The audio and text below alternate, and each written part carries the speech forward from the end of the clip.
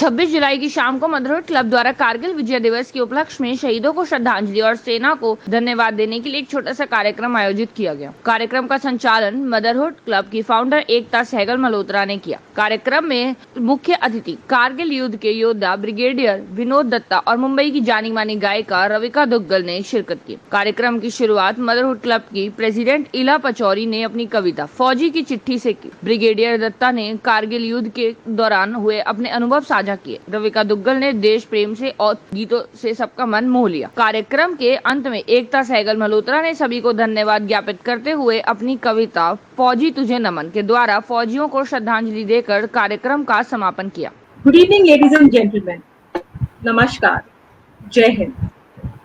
मैं Ekta Sehgal, founder Motherhood Club, but उससे पहले एक फौजी की बेटी। मेरे लिए आज एक बहुत ही गर्व का दिन है कि आज के दिन हमारे वीर सेनानी ने हमें फिर से विजय प्राप्त करवाई। लेकिन कई सेनानी शहीद भी हुए। 1999 में 26 जुलाई को कारगिल वॉर का अंत हुआ था। वो लड़ाई थी अपने हक की, अपने लोगों को उनका हक दिलाने की और एक मुंह तोड़ जवाब देने की। आज कई वर्षों बाद भी इस दिन को उसी हर्ष और उल्लास से मनाया जाता है जगह जगह पे, जैसे उस दिन उन सेनानियों ने मनाया था जिन्होंने वो जीत हासिल करी। बट उसके साथ साथ हमें हमारी श्रद्धांजलि भी अर्पित करनी है उन सेनानियों को जिन्होंने वीर गति प्राप्त की। हमारे साथ आज है brigadier Vinod Datta, an army veteran और कारगिल वॉरियर। ये खुद ही एक फौजी नहीं बल्कि कई पुश्तें इनकी फैमिली से अपने बेटों को देश के लिए कुर्बान कर चुके हैं। Limca book of world record में इनके परिवार का नाम आता है। सबसे ज्यादा आर्मी मैन इनकी फैमिली से है हमारे देश के लिए, क्योंकि बहुत ही गर्व की बात है। और मुझे ये कहते हुए गर्व है, जो हर बार ब्रिगेडियर दत्ता कहते हैं, आज वो मैं कहूंगी कि मुझे गर्व है कि मेरे फादर एक टाइम पे इनके सीईओ थे। So brigadier Datta, thank you so much, many congratulations for Kargil Vijay Diwas and for your contribution to the country. हमारे साथ है रविका, जानी मानी गायिका, जो आज अपनी मीठी आवाज से उन सारे सेनानियों को अपना एक ट्रिब्यूट पेश करेंगी। और हमारे साथ है Ila Dwivedi, president and chief adviser motherhood club, जो अपने कुछ शब्दों से उन सेनानियों के लिए एक छोटी सी पेशकश प्रेजेंट करेंगी। तो इला, मैं चाहूंगी कि आप इस कार्यक्रम का शुरुआत करें।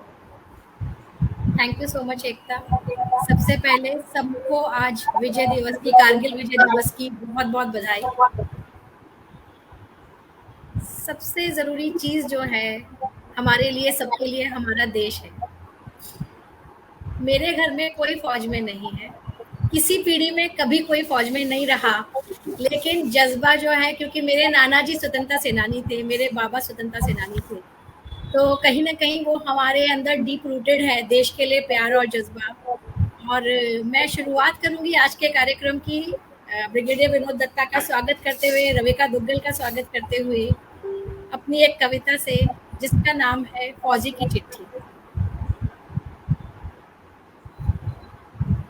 वो कहना चाहता था अपनी माँ से, सुबह सुबह तेरे हाथ की बनी गुड़ वाली चाय पीनी है माँ, तेरे हाथ की बनी पानी वाली करारी रोटी खानी है हरे साग के साथ, तेरे हाथ का बिलोया मक्खन भूरे में मिला के खाऊंगा, तेरे आंचल से हाथ पहुँच के थोड़ी देर खेतों में घूम आऊंगा, जहाँ तूने साफ कतारों में हरी सब्जियां उगा रखी हैं माँ, अनाज की खेती का जिम्मा तो बाबूजी का है ना माँ, तूने तो रंगीन फूलों की सब्ज क्यारियां उगा रखी हैं, घर आकर तेरी गोद में सो जाऊंगा, घर आकर तेरी गोद में सो जाऊंगा, तेरे आंचल से आती है खुशबू धुएं की, मसालों की, तेरे आंचल की गर्माहट को महसूस करता सो जाऊंगा, न बंदूकों से निकली गोलियों की आवाज सताएगी, ना बंदूकों से निकली गोलियों की आवाज सताएगी, न घायल साथियों की कराह मुझे डराएगी। मुझे तेरे पास आना है माँ, मुझे तेरे पास आना है। आया वो माँ के पास तिरंगे में लिपटा हुआ, आया वो माँ के पास तिरंगे में लिपटा हुआ, जेब में उसकी माँ के नाम यही खत था पड़ा हुआ। जय हिंद। बहुत अच्छा।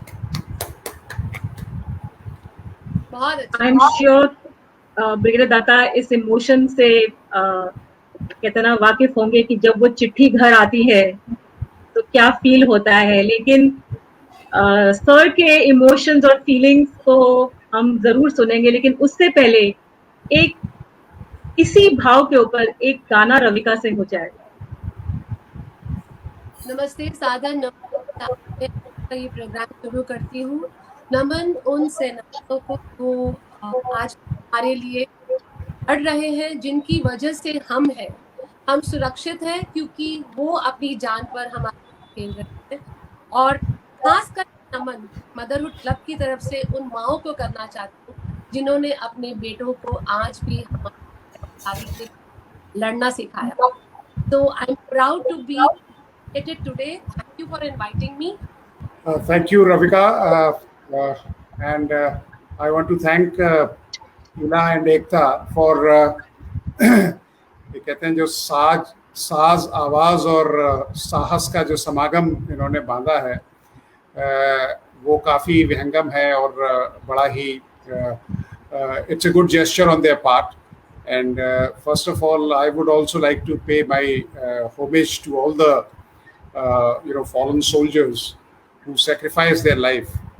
And आप ये देखिए कि एक जो सैनिक होता है और जब वो लड़ाई में जाता है तो उसकी जो फैमिली है उसका बहुत बड़ा रोल होता है, चाहे वो माँ हो, चाहे वो उसकी बहन हो, चाहे उसकी वाइफ हो, या उसका ब्रदर हो, या फादर हो।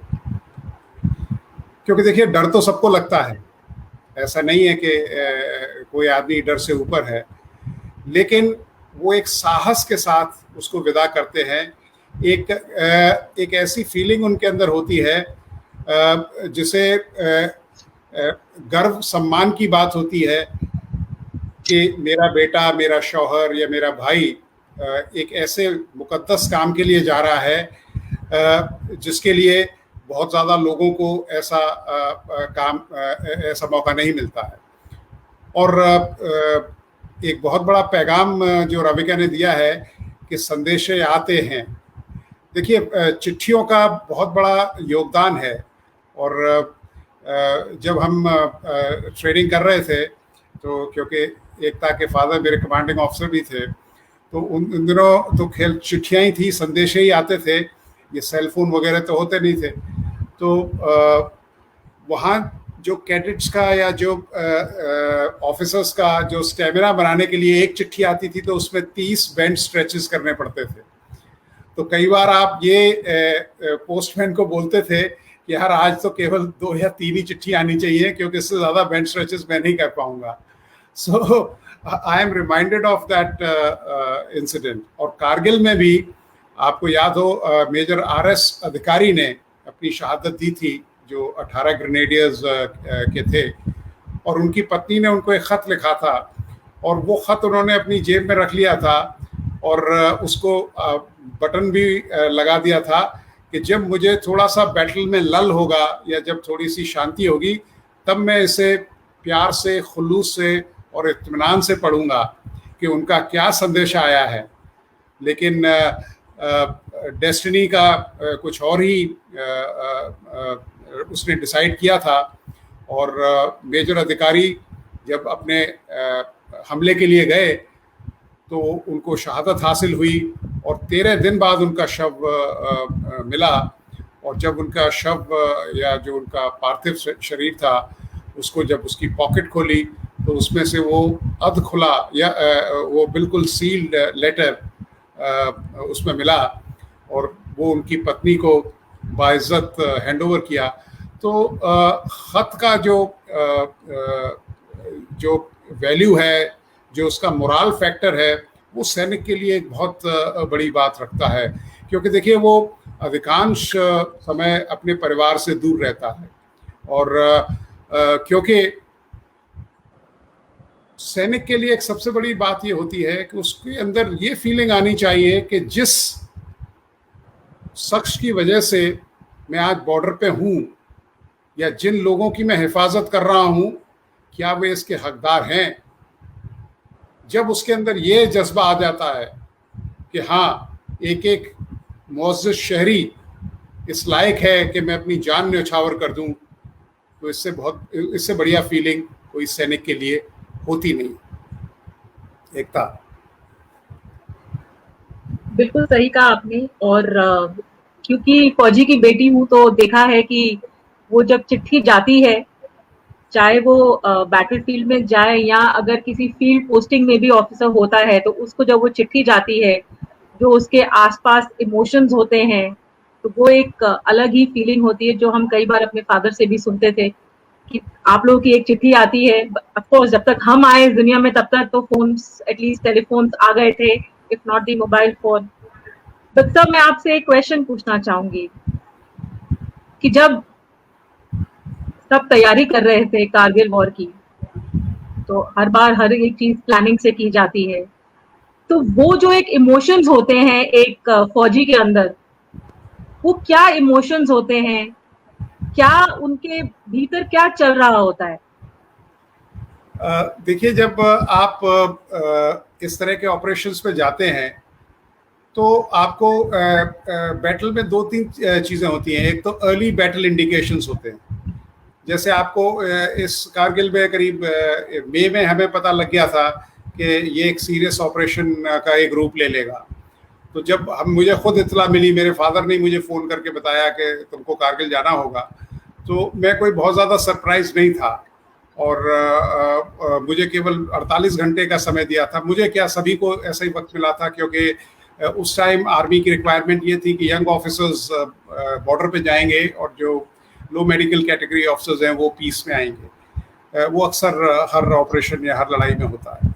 तो आपके अंदर ये जज्बात इस तरह के आते हैं, क्योंकि फिर उस समय आपको अपनी जो फैमिली है उससे थोड़ा सा डिस्कनेक्ट होके एक जो आपकी एक्सटेंडेड फैमिली है, जिसे यूनिट कहते हैं, जिसे पलटन कहते हैं, उससे आप कनेक्ट हो जाते हैं। तो वही आपके भाई हैं, वही बंधु हैं, वही आपके सखा हैं, और they are brother in arms. और एक सैनिक के लिए मैं आपको ये बता दूं कि एक सैनिक अपने आप को कैसे आइडेंटिफाई करता है, because to understand an army man you have to insignificantly do certain things, like you have to be, a brother in arms. You have to have blind faith in your comrades.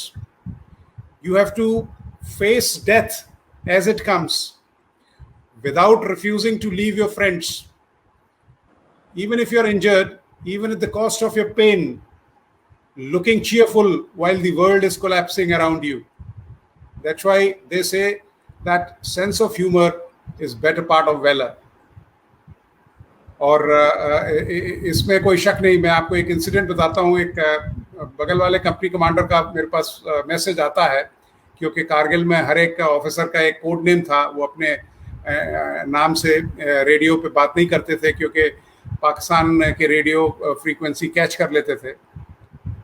तो उसने कहा कि sir, there are two news, one good news and one bad news. So I said, shoot.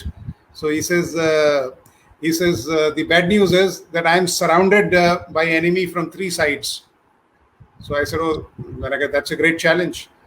And I said, what is the good news? He says, good news is that I can attack enemy from any side. So that is, looking for opportunities. That is how you can retain sense of humor. And that is very important, because as a leader, you have to have a tough front, because they say when the going gets tough, the tough gets going. I am so glad that जो हम non फौजी लोग हैं, हमारे अंदर भी वो जज्बा है, जहां हम आप जैसे फौजियों के बलिदान को, सैक्रिफाइसेस को समझते हैं और ऐसा नहीं है कि सिर्फ ऐसे दिनों को ही उनके सैक्रिफाइसेस को याद किया जाता है, बट एक्चुअली हम किसी से भी बात करें, एक फौजी के लिए, चाहे वो आर्मी हो, नेवी हो, एयरफोर्स हो, या फॉर दैट मैटर पुलिस हो, जो भी हमारे रक्षा करते हैं, उन सबके लिए सबके अंदर एक ऐसा जज्बा है, एक रिस्पेक्ट है, एक इज्जत है। जो वो करते हैं वो करना इतना आसान नहीं होता है। कहना बहुत आसान होता है कि हम मन मिटेंगे, और वो डायलॉग्स मारना बहुत इजी होता है, लेकिन जब आप बैटलफील्ड में होते हैं और आपके आसपास आपके अपने जिनके साथ आप उठते बैठते हैं, खाते हैं, पीते हैं, वो जब वीर गति को प्राप्त होते हैं, तो शायद उस चीज को हम कभी समझ ही नहीं पाए। छोटी सी पेशकश है मेरी तरफ से। तुमको हर पल नमन मेरा ए फौजी, बेटे, भाई, पति, पापा के नाम से कम पहचाने जाते हो, क्योंकि तुम तो माँ भारती के सपूत कहलाए जाते हो। बचपन से ही एक अलग जज्बा लेकर चलते हो तुम, तोता मैना की नहीं, बलिदान की कहानियां सुनते हो तुम। है दिल में तुम्हारे जोश, कुछ कर गुजरने का हौसला, यूं ही कैसे कर लेते हो मर मिटने का फैसला। आग तूफान भूकंप सुनामी, किसी के आगे हार ना मानी। देश पे कोई आपदा हो तुम होते हो मौजूद, तुम्हारी कुर्बानियों पर टिका है मेरे देश का वजूद। सरहद पे धूल मिट्टी बर्फ चट्टानों में खुद को मिटा देते हो। हाउस द जोश, हाय सर कह के हर मुश्किल पार कर जाते हो। तुम्हारी ललकार सुनकर दुश्मन हो जाए भयभीत, किंतु आंख में आंसू भर लाते जब हो जाए अपना दोस्त शहीद। तुम हो एक फौजी जिसकी आन बान और शान है तिरंगा। कितनी ही बार दुश्मन के खून से तुमने अपना माथा रंगा। कट जाए अपना सर पर झुकने ना दोगे ये तिरंगा। मर जाएंगे पर दुश्मन को उसने ना देंगे। लौटेंगे जीत की खुशी लेकर, वरना वहीं मिट जाएंगे। तुमसे है ए फौजी ये देश चमन मेरा, तुमको हर पल नमन मेरा, तुमको हर पल नमन मेरा।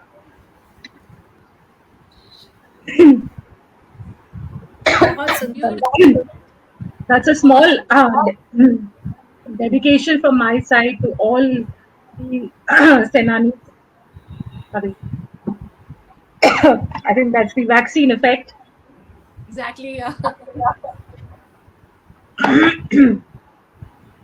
Thank you so much, Brigadier Datta, Ravika, for making Kargil Vijay Divas And thank you. and paying our tribute to all the soldiers. And thank you so much. Thank you very much. And listen, Thank you. was it Thank you. And thank you everyone on Facebook and YouTube for being a part of this Thank you. God bless. event. Thank you so much. Thank you. Thank you, and good night everyone, and bye-bye. We'll see you soon as tomorrow evening at 5 o'clock, an interesting conversation between Ira Dwivedi and Mrs. Bharti Sharma talking about her inspiring journey. Till then, stay safe, take care. This is Ekta Sehgal along with Ira Dwivedi at Motherhood Club. Good night everyone, and take care. Good night. Thank you.